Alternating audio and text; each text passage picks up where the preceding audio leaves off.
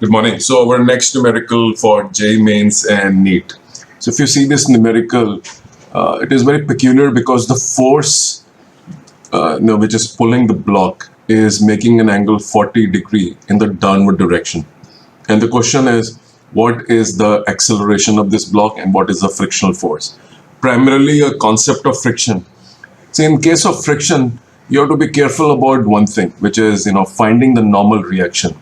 The second thing you have to be wary of is the fact that if the applied force is at an angle, for example, here you're applying a 15 Newton force, the force may have a tendency for a vertical motion of the block, which means the block leaves the surface. But if you see this question very carefully, the question is what is the acceleration of the block on the surface, which means this block has not left the surface and is still in the horizontal motion.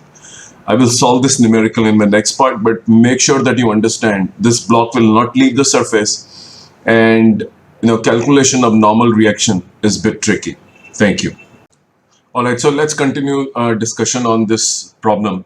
So first step is always to draw the free body diagram. You can see I have resolved the 15 Newton force, which is in the downward direction, making an angle of 40 degree into components. One is the 15 cos 40 and the other is 15 sin 40.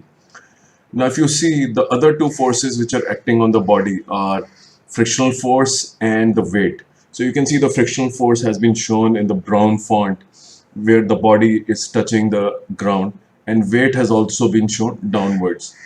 Now comes the tricky part, which is to calculate friction we need the frictional the normal reaction, and normal reaction, as you can see, normally is mg, but in this case you have an external force of 15 sin 40 also pressing down this block, so which means the net normal reaction force is sum of weight and 15 sin 40.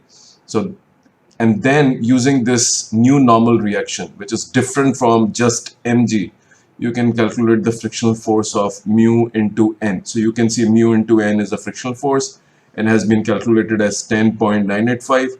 If we know the frictional force, we also know the horizontal component of the applied force, subtract the two, and that is a net horizontal force, which will give you the horizontal acceleration as 0.144. Thank you very much.